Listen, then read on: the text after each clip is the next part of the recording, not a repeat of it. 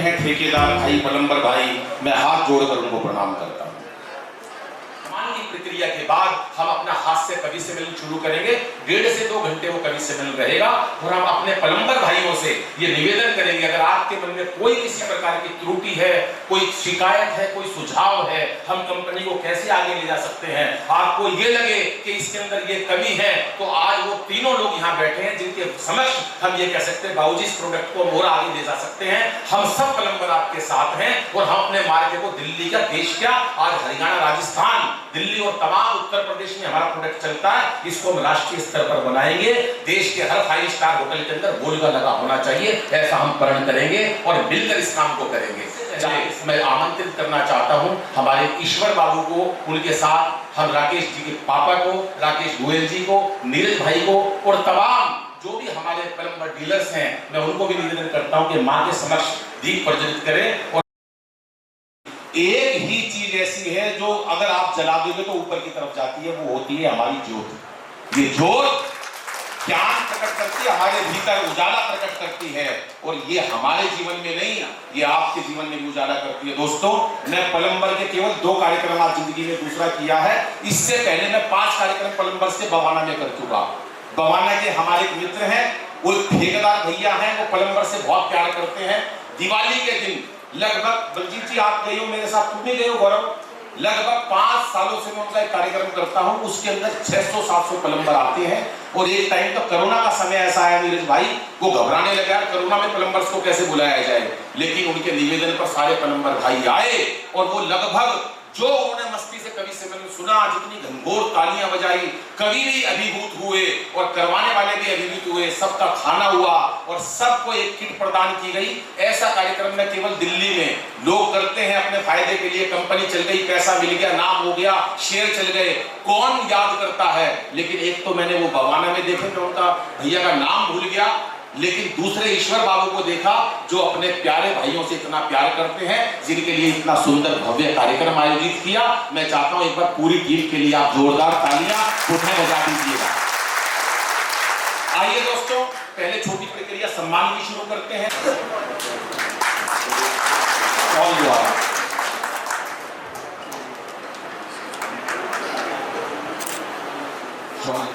पहना दो, गेम हो रहा है, बाबी जी पूरी नहीं है, करो काम में। हाँ, एक मोती और एक शॉल दोबारा, एक शॉल दोबारा।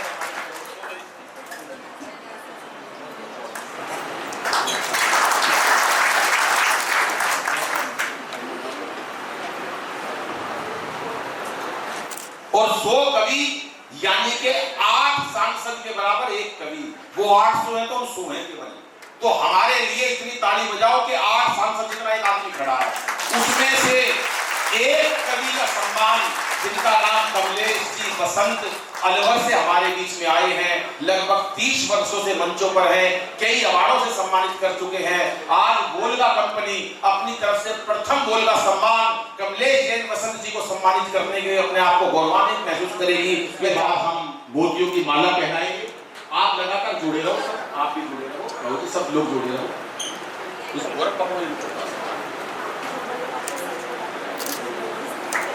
जोरदार तालियां एक बार बजाइए आप सब। इधर इधर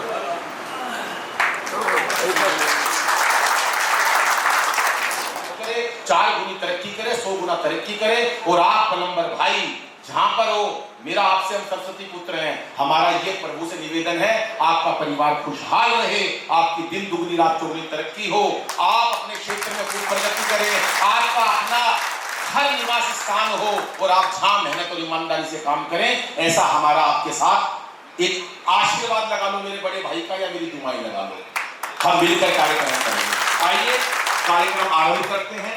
कार्यक्रम की रूपरेखा, कवि सम्मेलन आरंभ करते हैं। कवि सम्मेलन की बैठे हैं सुनहरी लाल वर्मा तुरंत, पूरा नाम है इनका सुनहरी लाल वर्मा तुरंत।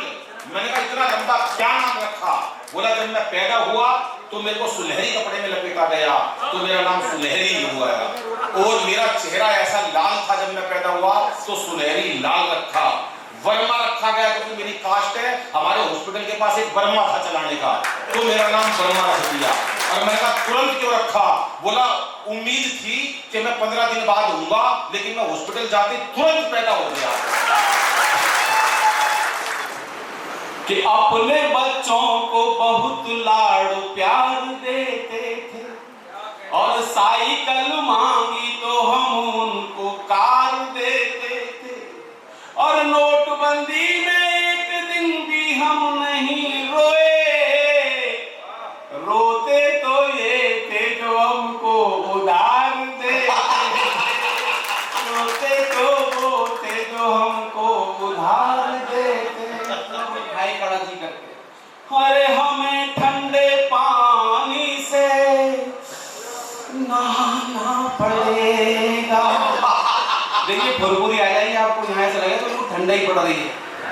अरे हमें ठंडे पानी से नहाना पड़ेगा, ठिठुरे ठठरियां चाहे बिखरे पसुरियां, फिर भी नहाना पड़ेगा। और हमें ठंडे पानी से नहाना पड़ेगा, नहाना पड़ेगा। हाँ, एक बहुत बड़ी खिड़की खुलने की उसमें से हवा आ रही कि उधर ठंडी ठंडी हवा चल रही है, कि उधर ठंडी ठंडी हवा चल रही है, इधर फेफड़ों की दवा चल रही है।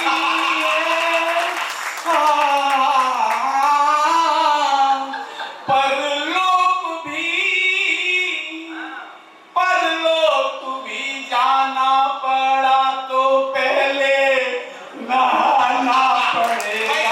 तालियां बजा दो एक बार।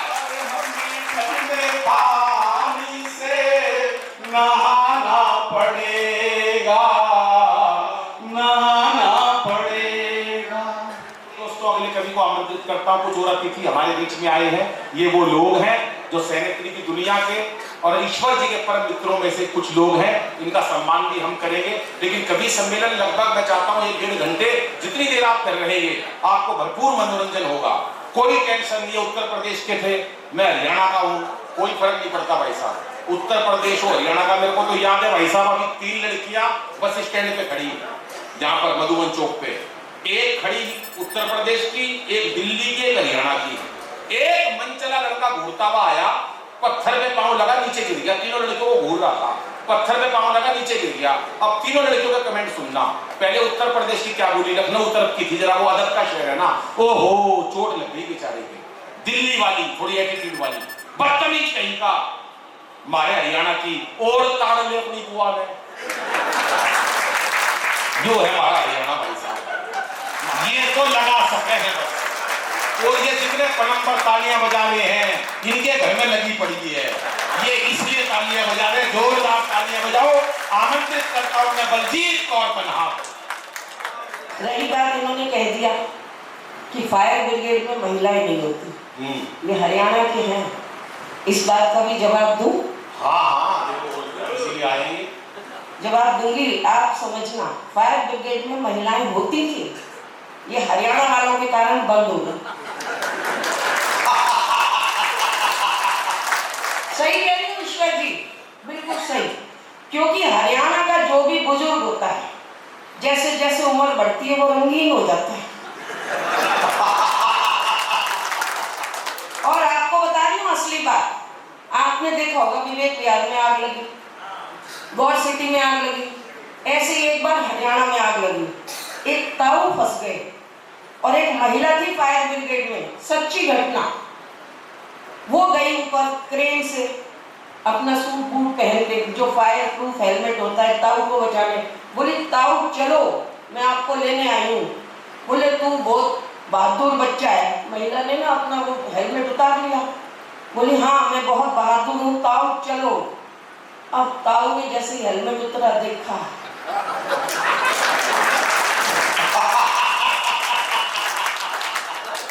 हरियाणा का ताऊ। बोला अरे तू घड़ी सुथरी। बोला कि साग तो तू मन्ने बचा लेगी, तन्ने देख के मारे काल जब में आग लगी उसको बचा लेगी। उस कुत्ते को दे देता, पर थाली में रोटी खत्म। अब हरियाणा के चौधरी की भावना देखो, खाना खाते टाइम कुत्ता आ गया, उसने सोचा रोटी होती कुत्ते को भी दे देता, रोटी खत्म हो चुकी थी। उसने अपनी पत्नी को आवाज दी, भीतर से रोटी ला। बोली जी अब कोई रोटी वोटी नहीं है, मैंने रसोई साफ कर दी। बोला फिर एक काम कर, भीतर तू लट ले आ, खाली तो कुत्ते ने भी नहीं जाने दूंगा, करके छोड़ दूंगा। आप भावनाएं देखो हरियाणा के चौधरी की, मतलब रोटी नहीं मिली तो लट सही। तो लिया मेरा पकौड़े खाने को मैंने, मैं सच बता रहा हूँ बाबूजी, मैं बेसन लेने गया था, सूजी लेके आया।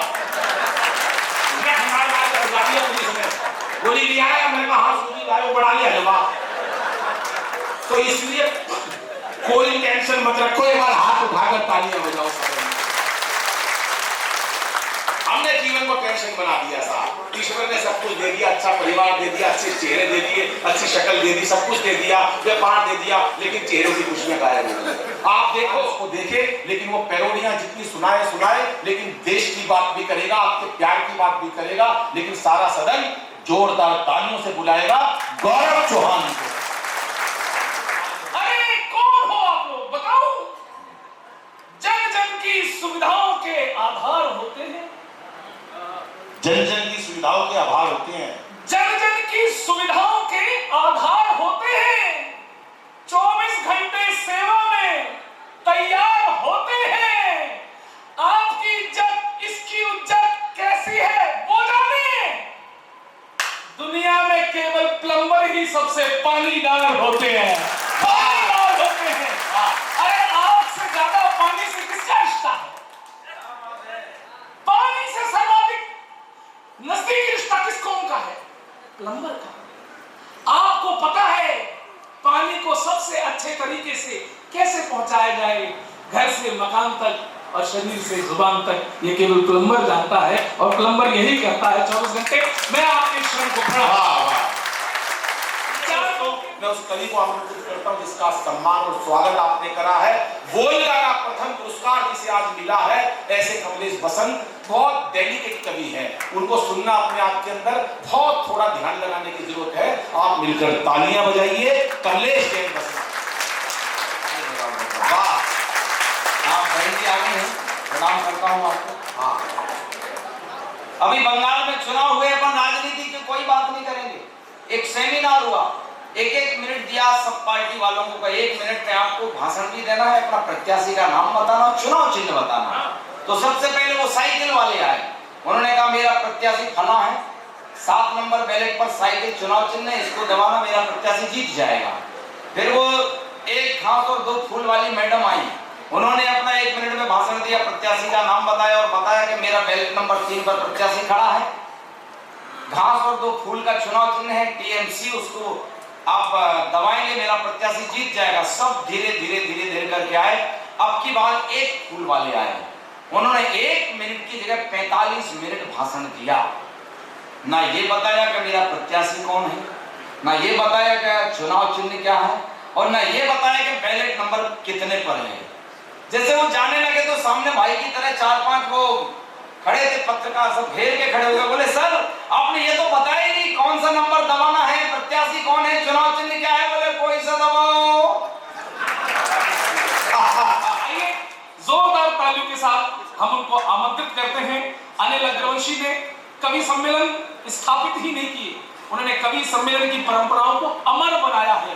एक बार जो मंच स्थापित हो जाता है वो सालों तक चलता है, और आज ही मैं अपनी आत्मा से घोषणा करता हूं कि आज ये प्रथम कवि सम्मेलन था, लेकिन आज से वोल्गा में ये परंपरा बढ़ चुकी है, ये कवि सम्मेलन हर वर्ष होगा। तो आइए अनिल अग्रवंशी मंच पर आए और हम सबको आशीर्वाद भी दें, और इस कवि सम्मेलन का जो सफलतम समापन हो सकता है वो अनिल अग्रवंशी जी से ज्यादा अच्छा कोई नहीं कर सकता है। स्वागत है भैया, आपकी जोरदार तालियां हमको आमंत्रित करें। आपके बीच में रहूंगा, कोई टेंशन नहीं, बहुत अच्छा कार्यक्रम हुआ, बहुत सफल हुआ। गौरव को बधाई देता हूं, उसने मेरी इतनी अच्छी भूमिका बनाई, जो मैंने उसको लिख के दिया वो उसने सब बोल दिया, कुछ बेईमानी करी वो उसके भीतर की घात थी, कोई फर्क नहीं पड़ता है। गौरव के लिए तालियां बजा दो, इसने अच्छा काव्य पाठ किया। आज आजकल डिजिटल युग का जमाना है सर, ये तमाम लोग बैठे हैं, मैं नमन करता हूँ। इतनी कोई ऐसा नहीं लग रहा मेरे को वीआईपी है। जितनी बड़ी बिंदी पाओगी उतनी खतरनाक लुगाई पाओगी भाई साहब। मैं तो स्कूल गया, मेरी मैडम पढ़ा रही हिंदी, उसके ऊपर बिंदी। मैंने कहा ये बिंदी काहेगी? बोले हमारा श्रृंगार होता है, हिंदी के ऊपर लगती है बिंदी, जब हिंदी लिखते हैं ऊपर लगती है बिंदी, ये हमारा श्रृंगार है। बैठो भाई साहब, बैठो बैठो। ईश्वर जी, ये हिंदी के ऊपर बिंदी लगती है, क्या है? बोली हमारा श्रृंगार। मैं घर पे आया, घर पे आके मैंने देखा, मैंने कहा मेरी भाभी ने बिंदी लगा रखी। मैंने कहा भाभी ये क्या? बोले तेरा भैया। मेरा भैया तो दुकान पे गया, ये कौन सा भैया आ गया? उसके बाद बुआ मिली मेरी, मैंने कहा बुआ जी ये क्या? बोला तेरा फूफा जी। श्रृंगार है उनका, श्रृंगार है। चाची मिली, मैंने कहा चाची ये क्या? बोला तेरा चाचा। भाई यहाँ तक तो कोई दिक्कत नहीं भाई साहब। सवेरे मैं बाथरूम में गया, जहां आप जाते हो काम करने, टॉयलेट में, बाथरूम में, मैंने देखा भाई साहब शीशे के ऊपर मेरा भाई टंगा हुआ।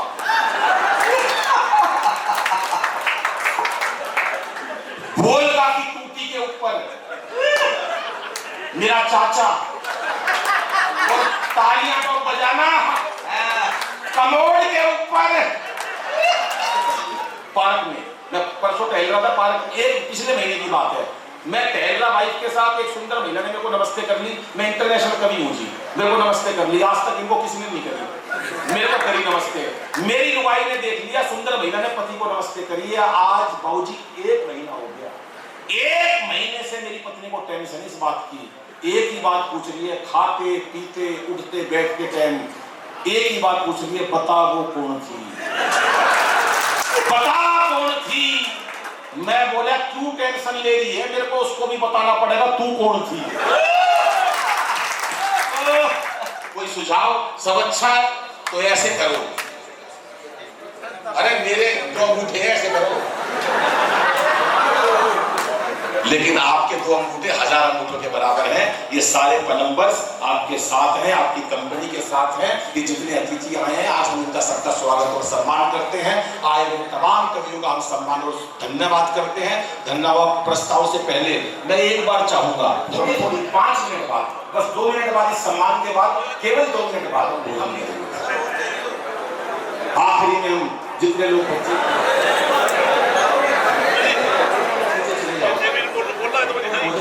ऊपर का हो जाएगा।